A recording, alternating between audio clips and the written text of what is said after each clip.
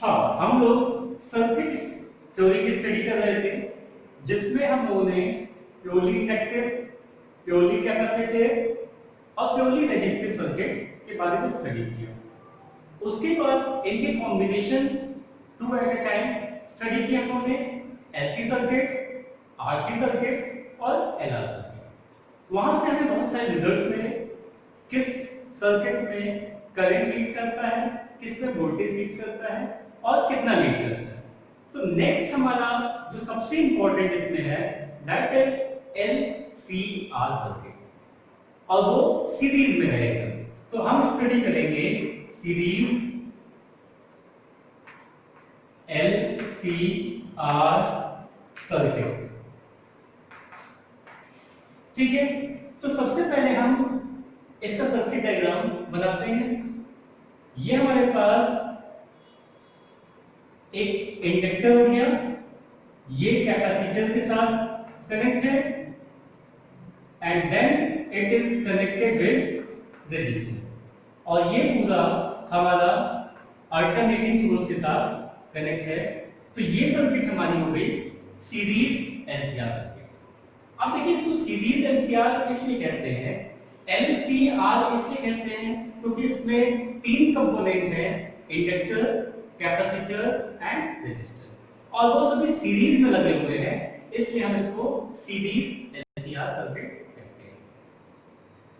इसके बाद हम लोगों को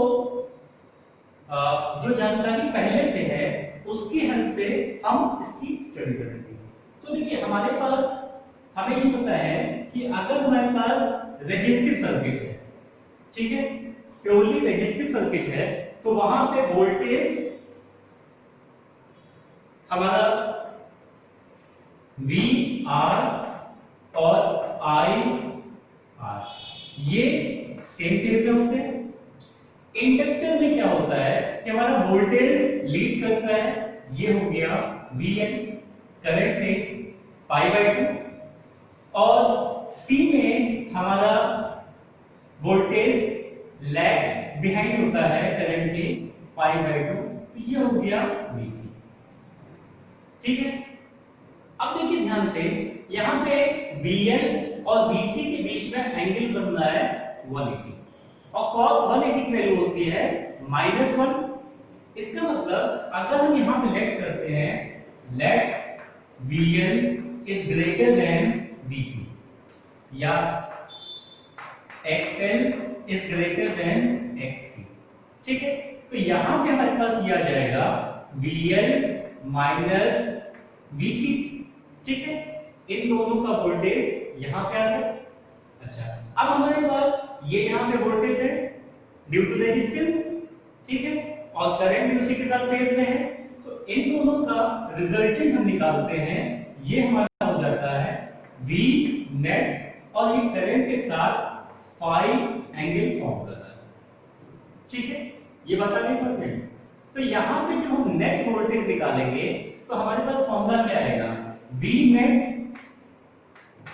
इज इक्वल टू, यहां पे क्या हो जाएगा, ये हमारे पास VL माइनस VC है, इसका स्क्वायर हो जाएगा VL minus VC square plus V R square, ये आ जाएगा। अब ध्यान से देखिए, यहां पे हमारे पास V नेट की वैल्यू ये आ गई, इन दोनों के बीच में एंगल कितना है cos 90, तो cos 90 की वैल्यू 0 हो गई, तो cos वाला टर्म हमारा कट गया। अब VL होता है हमारे पास IXL, VC होता है IXC और VR होता है IR। इन तीनों में से I नॉट स्क्वायर कॉमन आएगा और स्क्वायर रूट साइन के बाहर जब लेंगे तो वो I नॉट हो जाएगा, और I नॉट को जब इधर लाएंगे तो ये हमारे पास हो जाएगा V net upon I naught, that is equal to VL minus VC square plus, sorry I naught हमने बाहर ले लिया है ना, तो ये R के टर्म्स में आ जाएगा, तो ये हो जाएगा हमारे पास VL की जगह हो जाएगा XL minus XC square plus R square. अब देखिए ये पूरी चीज हमारी रेजिस्टेंस है, तो ये भी रेजिस्टेंस होनी चाहिए, और इस रेजिस्टेंस को हम यहाँ पे डिफाइन करते हैं जेड से। तो हमारे पास फॉर्मूला क्या हो गया, Z is equal to under root XL minus XC square plus R square. ये हमारा यहाँ पे रेजिस्टेंस हो गया, जिसको हम इम्पीडेंस कहेंगे। ये बात आपके समझ में? अच्छा, अब जो है यहाँ पे एक और ध्यान देते हैं कि हमारे पास इम्पीडेंस तो आ गया, नेट वोल्टेज भी आ गया। अच्छा, नेट वोल्टेज कितना आगे है करंट से, ये देखिए। तो नेट वोल्टेज करंट से 5 एंगल आगे है हमारे पास। इसका मतलब इस पे लीड कौन कर रहा है, इसमें हमारा वोल्टेज लीड कर रहा है, ठीक है। अब यहां पे हम एक चीज ध्यान देते हैं कि हमारे पास ट्राइंगल से हम कुछ वैल्यूज कैलकुलेट कर लेते हैं। इसको अगर हमने ज्वाइन किया तो ये हमारा हो जाएगा VL माइनस VC।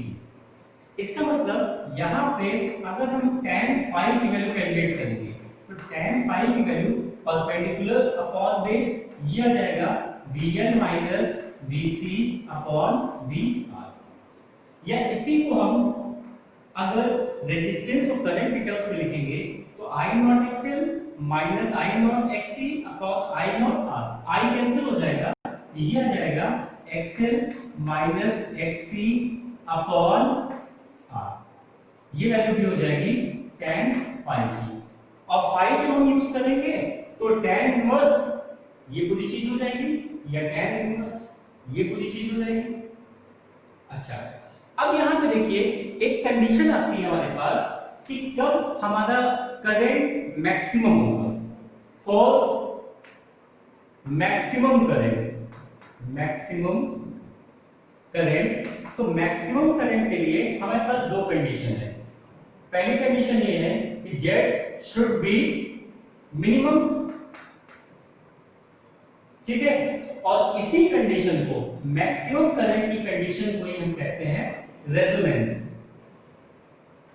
ठीक है। इसका मतलब आप देखिए Z की वैल्यू हमारे पास क्या आ गई, Z इज इक्वल टू ये आ गया XL माइनस XC। तो यहां पे Z हमारा मिनिमम होना चाहिए, Z टू बी मिनिमम।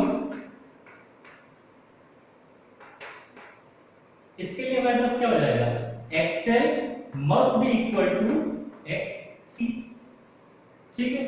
और XL हमारा क्या है, इंडक्टिव रिएक्टेंस, कैपेसिटिव रिएक्टेंस, ये रेजिस्टेंस का रोल प्ले करते हैं। तो यहां पे जब हम इसको लिखेंगे फ्रीक्वेंसी के टर्म में तो ये आ जाएगा 2 पाई fL, और ये हो जाएगा 1/2 पाई fL, ठीक है। क्योंकि हमारे पास XL क्या होता है, XL is equal to omega L, और XC होता है 1/ओमेगा C। अब यहां से देखिए F स्क्वायर आ जाएगा, और नीचे आ जाएगा 4 पाई स्क्वायर L C।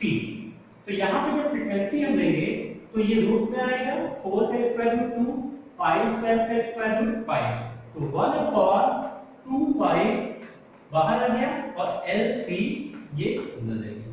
तो फ्रीक्वेंसी हमारे पास LCR सर्किट में आ जाएगी 1/2 पाई अंडर रूट LC। तो ये हमारा सिंपल सा एक्सप्लेनेशन हो गया LCR सर्किट का। इसके बाद हम देखेंगे कि ये जो सर्किट्स हमने पढ़े हैं इससे हमें और आगे क्या हेल्प मिलती है, कहां इसका यूज है, ये सारी चीजें हम लोग इसके बाद पढ़ेंगे। हाँ, अब हम लोग स्टडी करेंगे पावर इन एसी सर्किट्स। तो अभी तक हम लोगों ने डिफरेंट टाइप्स ऑफ सर्किट्स की स्टडी की, जिसमें हमारा purely capacitive, purely inductive, purely resistive, LC, CR, LR और सीरीज NCR की स्टडी हमने की। अब देखिए हम इसमें पावर निकालेंगे जो बहुत इंपॉर्टेंट है। हमारे पास डीसी करंट जब होता है तो डीसी करंट में करंट कांस्टेंट रहता है, तो वहां पे सिंपली हम पावर को P is equal to V I calculate कर लेते हैं। लेकिन एसी में क्या होता है कि हर समय, हर ड्यूरेशन पे, हर इंस्टेंट पे करंट हमारा चेंज होता है। तो यहाँ पे हम प्रोसीड करेंगे इंस्टेंटेनियस वैल्यू को लेते हुए। तो इंस्टेंटेनियस वैल्यू का हमारे पास इक्वेशन है यहाँ पे I is equal to I naught sine omega t, और V क्या है, V is equal to V naught sine omega t. अब देखिए V कभी I से आगे रहता है और कभी पीछे रहता है, तो हमने यहाँ पे एक फाई ऐड कर दिया कि ये आगे है या पीछे है, उसी के अकॉर्डिंग यहाँ पे प्लस माइनस फाई हम लगा देंगे। तो ये हमारा I जो आएगा, दिस वन इज इंस्टेंटेनियस। ये दोनों वैल्यूज हमारे पास क्या है, ये दोनों वैल्यूज हैं इंस्टेंटेनियस वैल्यूज, और इनकी हेल्प से हम एवरेज पावर कैलकुलेट करेंगे। तो देखिए P एवरेज हमारे पास आ जाएगा, P average that is 0 to t time interval हो जाएगा, कंप्लीट टाइम इंटरवल, और यहां पे हो जाएगा I instantaneous, V instantaneous dt, और इसको जब हम dt से डिवाइड कर देंगे 0 टू t, तो ये हमारा एवरेज आ जाएगा। एवरेज निकालने का फॉर्मूला स्टार्टिंग में हम लोग पढ़ चुके हैं। अब देखिए यहाँ पे जो वैल्यूज हम सब्स्टिट्यूट करेंगे तो हमारे पास वैल्यूज क्या आएगी, उसको देखिए I इंस्टेंटेनियस ये है और V इंस्टेंटेनियस की वैल्यू ये है। तो ये जो हमने यहाँ पे सब्स्टिट्यूट किया तो हमारे पास P एवरेज आ रहा है I naught sine omega T, ठीक है, या पहले हम V लिख लेते हैं, लिख लीजिए V naught sine omega t plus 5, ठीक है, और फिर आ जाएगा I naught sine omega t dt upon dt 0 to t, ठीक है। अब यहां पे देखिए जो टर्म हमारे टाइम पे डिपेंड नहीं कर रहे हैं उसको हम अलग कर लेते हैं। तो यहां पे हमारे पास हो जाएगा v नॉट I नॉट और ये आ जाएगा 0 to t sine omega t plus 5, और यहां बन गया साइन ओमेगा t dt, और डिनोमिनेटर में हमारे पास आ गया 0 टू t dt। अब देखिए हम क्या कर रहे हैं, ये जो डिनोमिनेटर का साइन ओमेगा t प्लस 5 और साइन ओमेगा t dt जो पार्ट है, इसको हम थोड़ा सा कैलकुलेशन से चेंज कर रहे हैं। तो देखिए ये हमारे पास टर्म है यहाँ पे sign omega t plus 5 sign omega t, इसको हमने क्या किया, 2 से मल्टीप्लाई किया और 2 से डिवाइड कर दिया। अब हमारे पास ये जो टर्म यहाँ पे आ रहा है न्यूमरेटर में, इस टर्म का फॉर्मूला होता है cos, हमारे पास फॉर्मूला ये होता है 2 sin a sin b, ये फॉर्मूला है।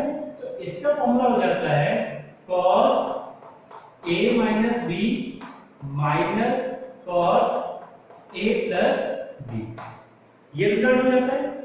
तो अब इसी तरह से अगर इसको हम न्यूमरेटर को सॉल्व करेंगे तो हमारे पास आ जाएगा cos, देखिए रिजल्ट क्या आएगा, cos a minus b omega t plus 5 minus omega t, पहला टर्म क्या आ गया माइनस cos, दोनों प्लस हो जाएंगे, omega t plus omega t 2 omega t plus 5, ये आ जाएगा, ठीक है।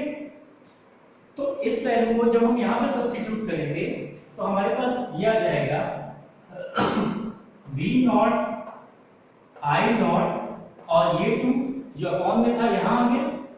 अब यहां न्यूमरेटर में हमारे पास बच रहा है cos, इंटीग्रेशन कर रहे हैं cos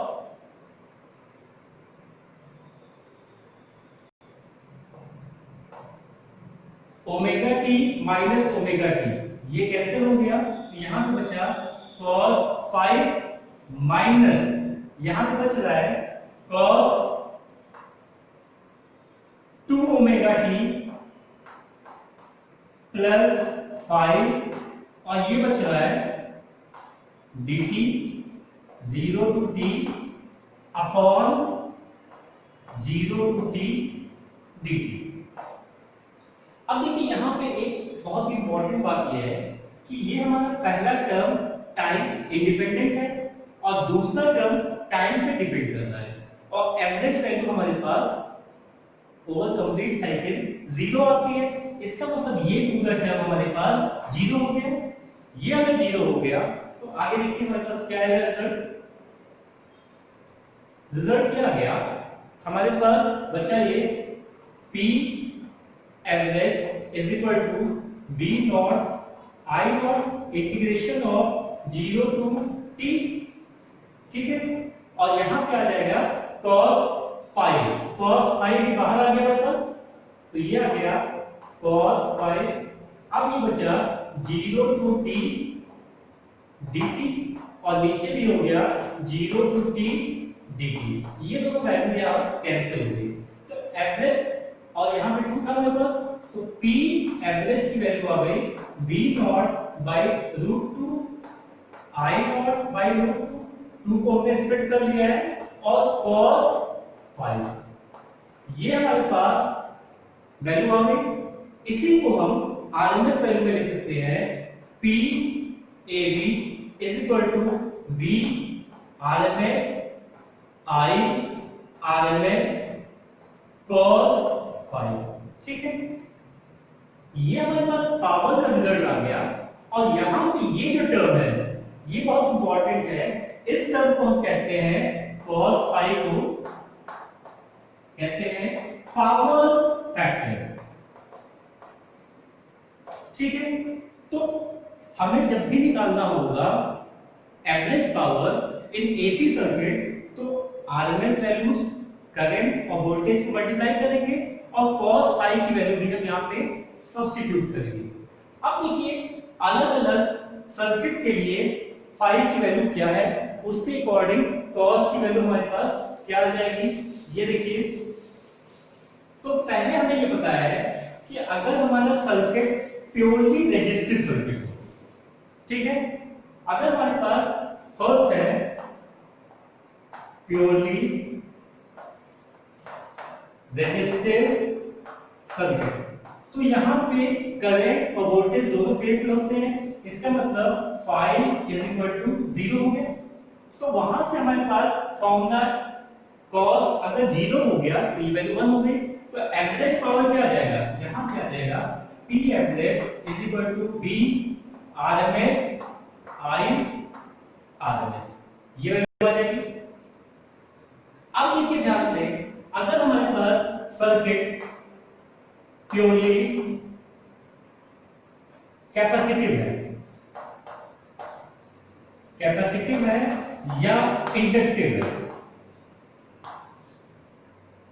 तो इसमें देखिए एक में प्लस पाई बाई 2 होता है और एक में माइनस पाई बाई 2। तो cos प्लस पाई बाई 2 और cos माइनस पाई बाई 2 दोनों की वैल्यू क्या आ जाएगी 0 आ जाएगी। तो इन दोनों केसेस में हमारा एवरेज पावर कितना हो जाएगा 0 since cos pi by 2 is equal to cos minus pi by 2 is equal to 0, ठीक है। तो इन दोनों में तो हमारी 0 हो गई। अब हम तीसरा एक लेते हैं एलआर सर्किट। तो एलआर सर्किट में देखिए हमारा पावर क्या आ जाएगा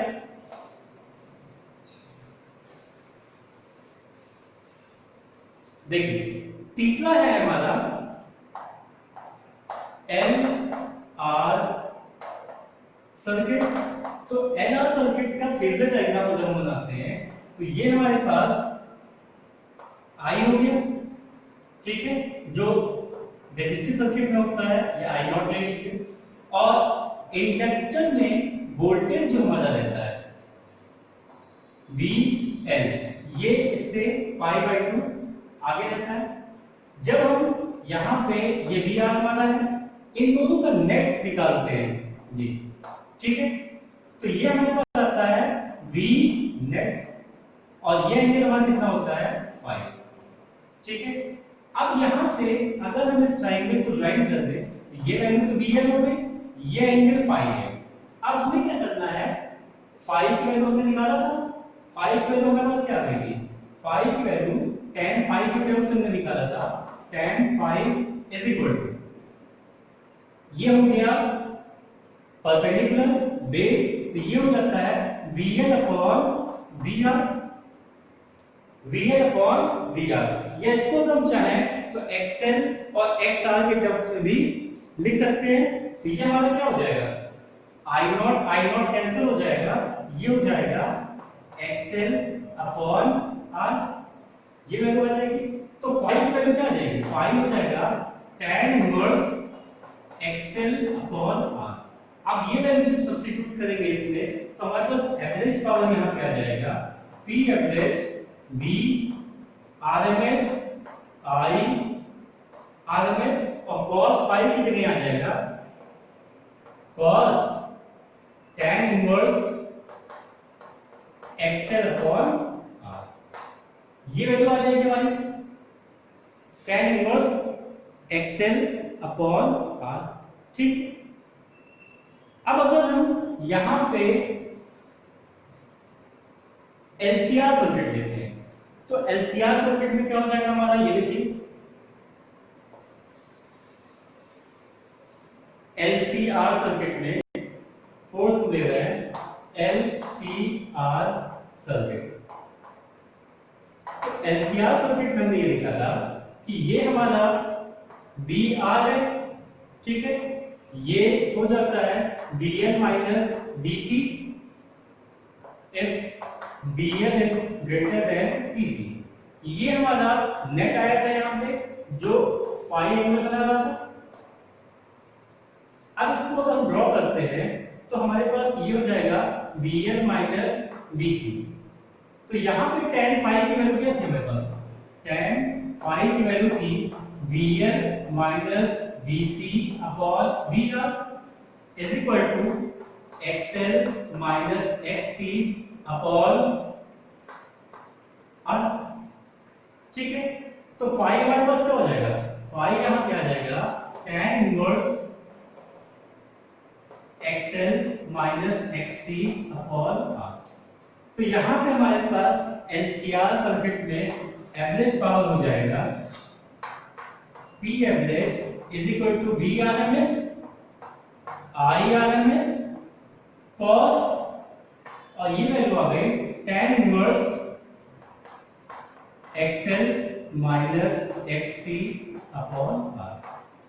तो इस तरह से हम पावर कैलकुलेट कर सकते हैं डिफरेंट सर्किट्स में, अगर हमें सर्किट का फेजर डायग्राम पता हो, ठीक है।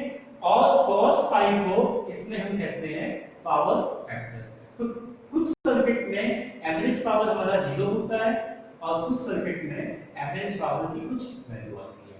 तो एवरेज पावर हमारा डिपेंड कर रहा है आरएमएस वैल्यू पे, आरएमएस वैल्यू ऑफ करंट पे, आरएमएस वैल्यू ऑफ वोल्टेज पे, और नेट वोल्टेज जो है, नेट वोल्टेज और रेजिस्टिव वोल्टेज जो है, इन दोनों के बीच में जो एंगल बन रहा है उन सभी पे ये डिपेंड करता है।